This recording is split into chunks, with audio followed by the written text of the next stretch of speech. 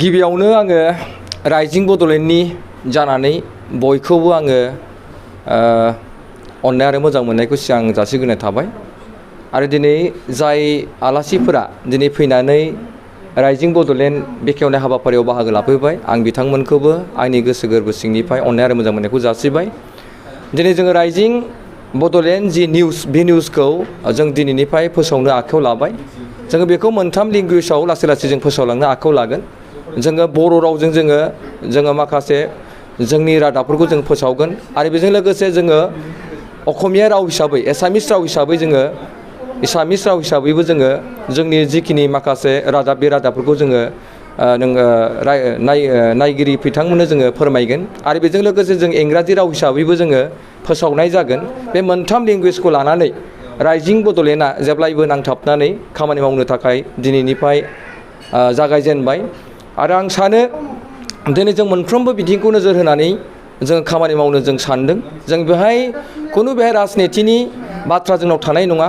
जोङो सासे मिडिया हिसाबै मिडिएटर हिसाबै जों जानानै खामानि मावनो थाखाय आङो जोंनि साफ्रोमबो रिपर्टार बिथांमोनखौ आं खावलायगोन आरो खावलायदों जाहाथे बिथांमोना मोनफ्रोमबो फैख'खौ जाहाथे समानै नायनानै जि बाथ्राया दिनै समाजनि गेजेराव गुबुंले जादों, जि समाजनि थासारियाव गाज्रि मोनसे रावफोर फैदों जाहाथे बेफोरखौ जाहाथे जोङो मोजां भाबै सावरायलायनायनि गेजेरजों जों दामनो हायो, जोङो फोसावनो हायो आरो दिनै समाजाव जाफ्लेबाय थानाय बाथ्राफोरखौ जाहाथे जोंनि बे राइजिं बड'लेण्डनि गेजेरजों आरो जोंनि गेजेराव गोबां टेलेन्टफोर दङ।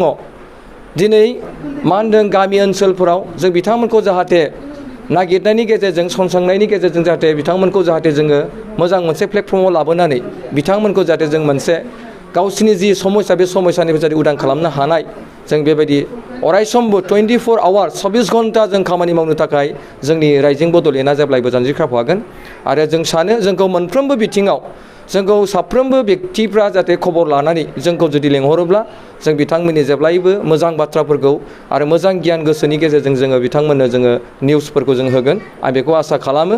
आं बेखौनो बे राइजिं बड'लेण्डनि मेनेजिं डाइरेक्टरजों लोगोसे एडिटरशिप इन जानानै आङो बयखौबो खावलायो जाहाथे नोंथांमोना बयबो नायलांबाय था।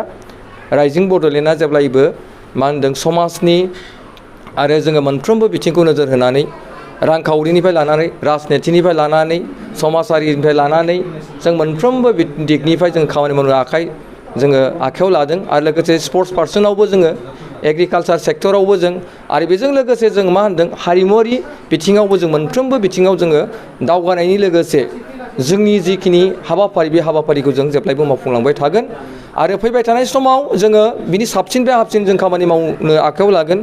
जोङो जोंनि गेजेराव गोबां टेलेन्टफोर दङ, जोंनि दैदेनगिरि बिथांमोन दं, बिथांमोनखौ जों लेंहरनानै जों बिथांमोननिफ्राय मतामतफोरखौ लागोन आरो बिथांमोननिफ्राय जों गोबां बाथ्राफोरखौ जों मिथिना लागोन।